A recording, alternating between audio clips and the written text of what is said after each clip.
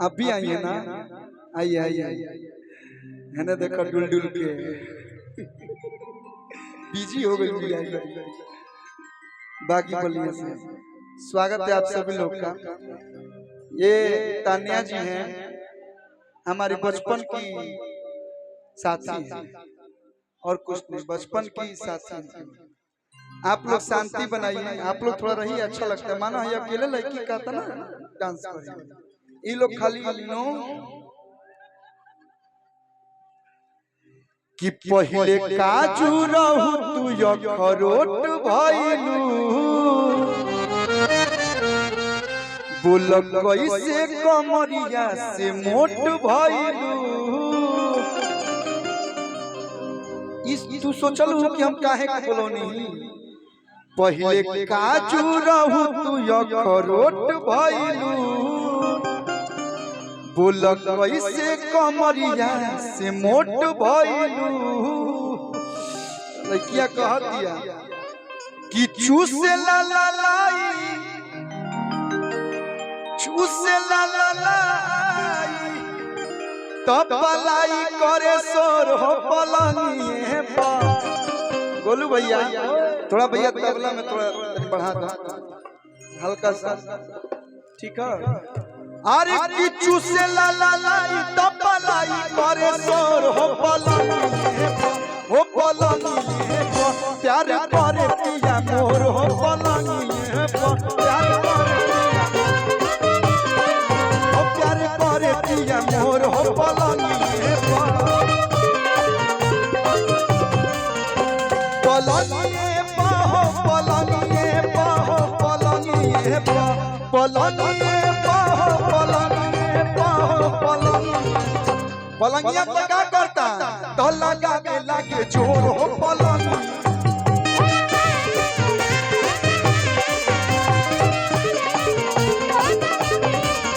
पहले काजू रहू अखरोट भइलू, बोल कैसे कमरिया से मोट भइलू।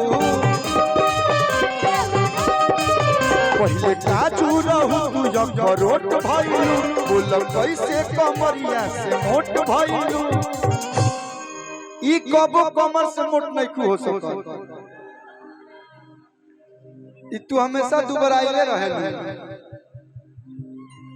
एक महीना ये जिला में टाइम दो का सर, सोन के मछली खाइबू गोंगड़ा हो जाएगी का भाई। देखिए बाहर में क्या है, मिलावटी मिलता है।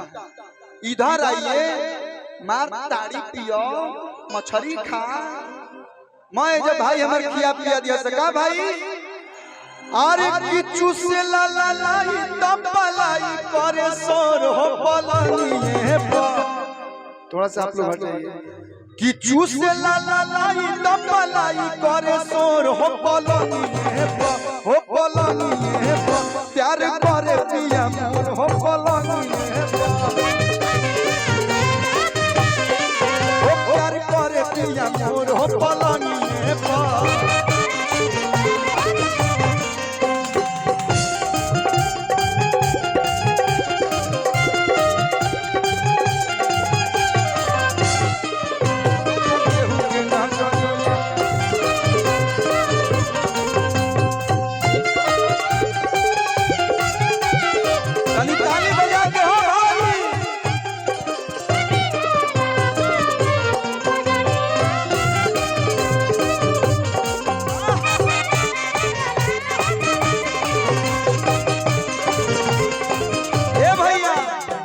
औरतिया कह दिया सत्या भाई खाली मरद होई तबे मोटवा देलो कि हमर नई हर के सिंगल शरीर, हमर नई हर के सिंगल शरीर राजा जी धके तूर देबेले। जब 10 बजे होला अंधार, टिक टिक 1 2 3 4 5 6 7 8 9 10, कि जब 10 बजे होला अंधार तो प्यार भरपूर देबेले।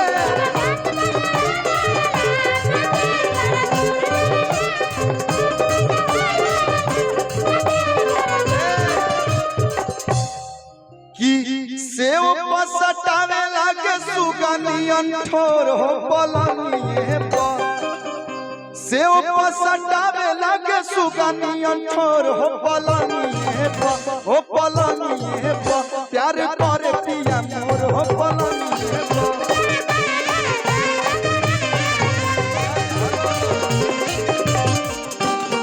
देखिए सुनील भैया हमने के बीच आ गए, हम चाप आई आप कब से लोग इंतजार करता है।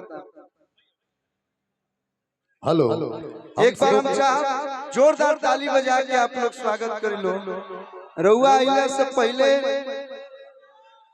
ई ताली में बुझाते नहीं कि कलुआ आइल तने जोरदार ताली बजा दो। हां भैया, आज आप सबके बीच में इतना सुंदर कार्यक्रम आयोजित भइल, पिताजी के पुण्यतिथि पे एवं मूर्ति अनावरण पे इतना सुंदर कार्यक्रम आयोजित भइल। सुनील भैया के प्रेम, यहाँ के पूरा परिवार के प्रेम, रउआ लोग के प्रेम के साथ, तो रउआ लोग के बिना कुछ मुमकिन नहीं थी। तो जब भैया आवाज तो ताली ऐसा बाजी की चाहिए कि पूरा पटना जिला में गूंज जाओ कि भैया ने कलुआ को बुलाया। एक बार जोरदार ताली फिर से आप लोग बजा दीजिए। बहुत बहुत धन्यवाद। पिताजी के आशीर्वाद हम सब लोग पे बनल रहो, सब भाइयों पे बनल रहो। और हम चाहब हाँ हाँ, अब जैसे सुनील भैया के दिल में अरमान है, बहुत लोग हैं कल्लू जी कि अपने अपार्टमेंट